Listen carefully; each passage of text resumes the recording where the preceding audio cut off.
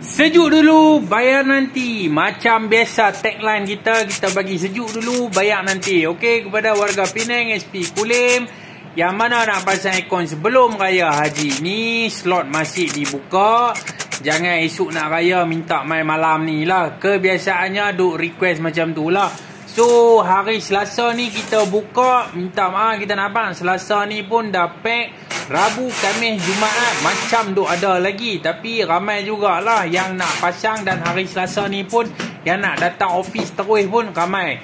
Jadi kalau slot tu dah tamat awal, kami minta maaf lah. Macam yang ni nampak dah. Nampak macam senang je kan dia pasang aircon ni kan. Jadi setiap pemasangan kita ni ada SOP dia lah. Dari segi inspection apa semua. Untuk memastikan kualiti pemasangan terjamin. Dan orang kata apa, hampa pun tak payah duk gaduh panggil kami banyak kali lah. Okey, sejuk dulu, bayar nanti.